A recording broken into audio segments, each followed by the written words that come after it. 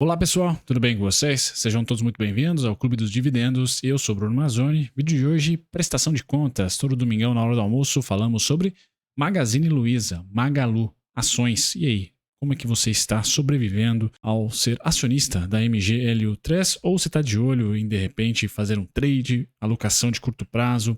Esse é o papo do vídeo de hoje, pessoal. Tenta contemplar você de longo prazo, mas também você tático, tá? Quais serão as pautas do vídeo de hoje? Um pouquinho de cenário macro, pós-inflação. Depois nós vamos ter aqui a nave-mãe, que é a curva de juros americana de 10 anos, sinal importante, qual que é o meu cenário. E aqui temos o principal driver, na minha opinião, para esse fim de primeiro trimestre, começo de segundo. Como é que está a nossa curva de juros, qual o sinal que ela nos dá. Tá? E aí eu vou para o ETF TRIG11, que eu acho interessante, para você que não quer alocar especificamente em um ativo, quer de repente olhar um ETF. Market Breadth, né, como é que está o Ibovespa, data de divulgação do resultado da Magalu. E a gente vai finalizar com um vídeo com a análise gráfica da Magalu, pessoal, aqui. Então, pontos para o pós-resultado, tá? Mas já encarando para vocês aí em março, estamos consolidados.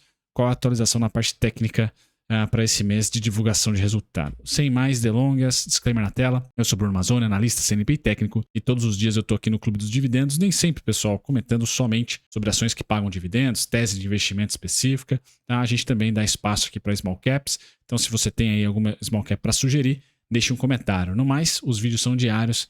Considere se inscrever e ative as notificações. Bom, vamos lá, pessoal. Cenário macro. Nada mudou para nós, então a prestação de contas aqui continua a mesma, tanto na análise técnica da Magalu quanto no cenário macro. Temos gordura. Bruno, especificamente, acredita que nós vamos chegar ali entre 8,75 a 8,25 de Selic. Tá? Então tem essa gordura dos 11,25 até 8,75. Né? As próximas reuniões, pessoal, acho que a gente vai ter que ficar atentos, reuniões do Copom, se ele vai usar o plural, Roberto Campos, no ponto 50 de corte, ou se de repente ele vai cortar ponto 50 agora e depois diminuir para 0,25. Por que diminuir, pessoal? Se a inflação está contida ali nos seus 4 a 4,5, né? Nosso cenário base aqui, juros neutro de 4 a 4,5, por quê? Porque a inflação deve lateralizar entre 4,5 5, 4,25, 4, tá? Não deve ganhar grandes proporções, tanto abaixo dos 4 quanto acima dos 5. Pois bem, então a inflação já está na meta, vamos assim dizer, não na meta do BC, mas na meta aqui do pós-plano real. Por isso eu sempre compartilho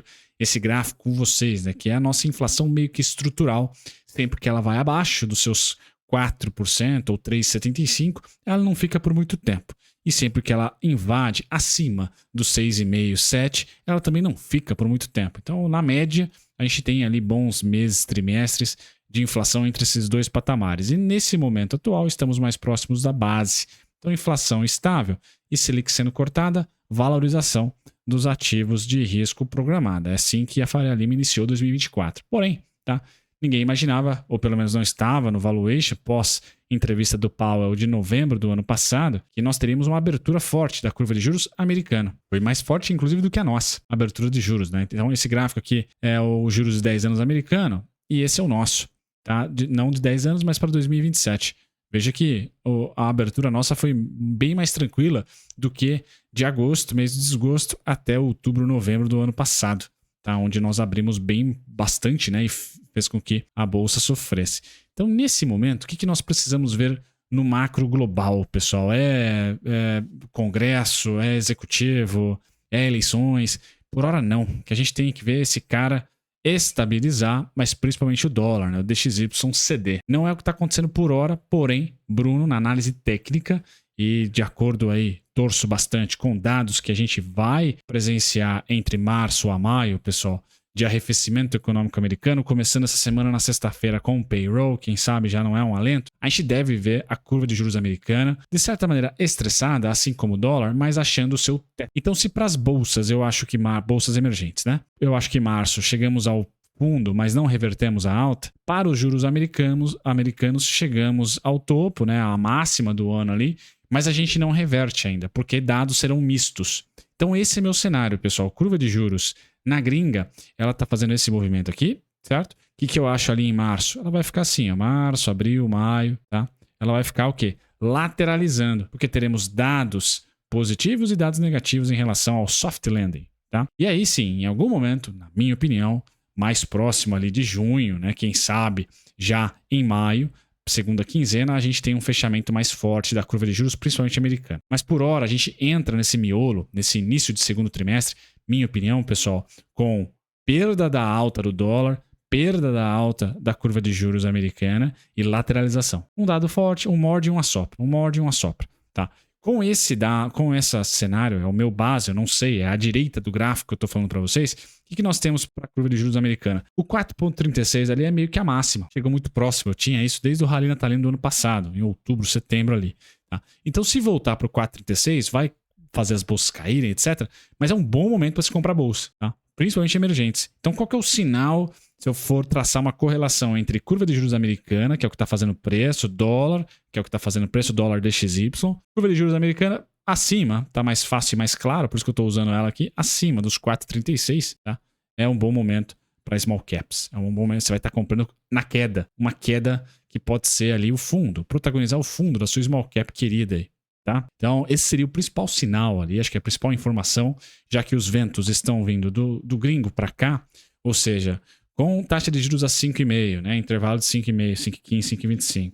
E bolsa subindo pra caramba, com resultados fortes lá nos Estados Unidos, eles são o funil do fluxo. Estão sugando o fluxo ali, tanto para uma vertente quanto para outra. E vai fazer uma vertente sair fora, né? Ter ali um deságue de liquidez. E na reportar dados bons, por hora não temos. Tá? E o segundo, dados um pouco mais fracos econômicos.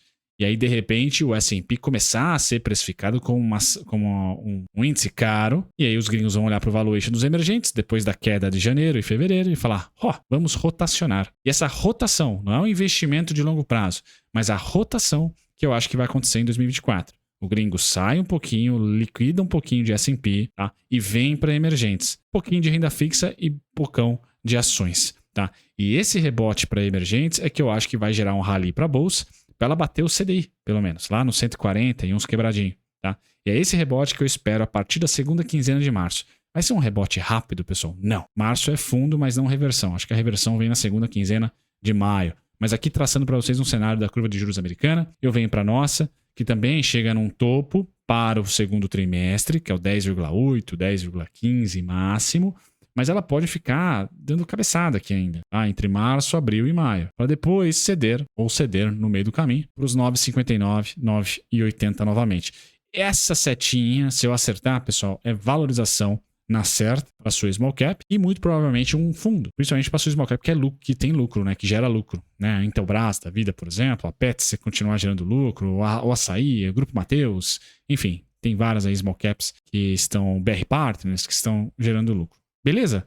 Pessoal, então esse é o cenário macro, tá, que eu vejo para as curvas de juros, principalmente advindo, né, da curva de juros americana, que é a mais importante, e eu acredito sim que ela chegou num topo muito próximo disso, 4,36, porém ela vai ficar dando cabeçada ali. Porque nós não vamos ter da noite para o dia ou do dia para a noite dados fracos em sequência, sem surpresas para cima na economia a partir de março.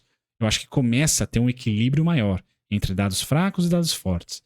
Isso faz com que a curva de juros estabilize. Isso já vai gerar uma estabilização nas bolsas dos emergentes. A gente já está vendo aqui, né, o Ibovespa lateralizando. Mas o papo principal é o TRIG, né, é a small cap. O índice de small cap, pessoal, está formando tecnicamente, e às vezes a gente tem o prazer aqui de acertar, mas principalmente de juntar o macro com a análise gráfica, né? Por isso que tem o treinamento aí, macro trader. A gente está num momento oportuno tecnicamente, e, na minha opinião, também macroeconômico. Então, boa parte dos módulos lá do Macro Trader, que sempre está na descrição para vocês, caso queiram patrocinar aqui o canal, pessoal, é justamente isso.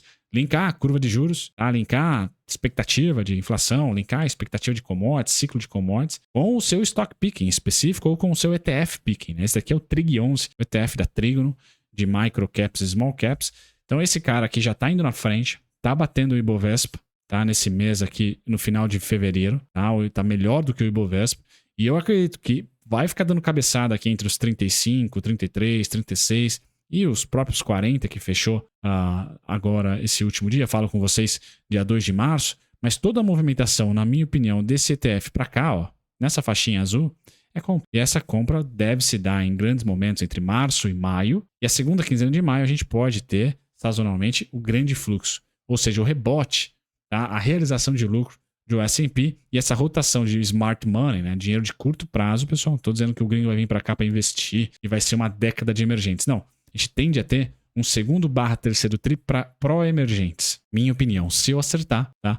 com as projeções aí macroeconômicas, e não só com a temporada de resultado americana sendo mais fraca em maio, que é logo logo, tá? Não só também com dados americanos vindo mais fracos, o payroll de sexta-feira já pode dar um indício disso, tá? Então é importante ter esse movimento, esse tipo de cenário é o meu base. Beleza, pessoal? Então isso acaba valorizando também a Magalu, que divulga o seu resultado dia 18 de março. Até lá, pessoal, lameira, tá? Acho difícil a Magalu dar grandes espetáculos. Até lá, o nosso cenário no primeiro trimestre acertado por hora.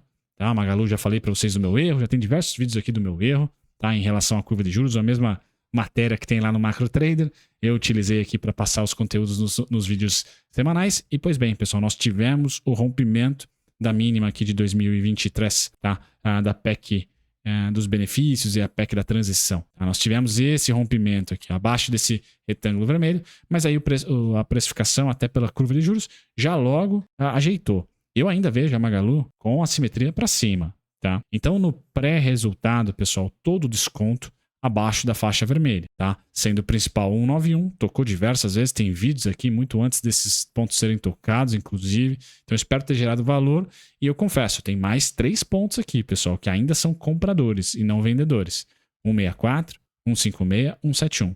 Quais são os alvos pré e durante resultado? 2,90, 3,31, tá? Pós-resultado, pessoal, chegando com lucro e eu acertando ali o cenário macro, curva de juros cedendo, DXY cedendo, tá? Não digo ceder, reverter para baixa, mas simplesmente deixar de subir. A gente já olhar o gráfico, igual esse gráfico da Magalu, tá? É o que eu imagino, lateral, né? É o que eu imagino para o dólar, é o que eu imagino para a curva de juros americana nesse segundo trimestre. Acertando isso, esse pessoal vai ter um fôlego maior, tá? E aí eu trago para vocês o alvo final, continua sendo o mesmo, né? Os R$ 4,488 e principalmente 576, 584, certo, pessoal? Então na parte técnica nada mudou, tá? Nada mesmo.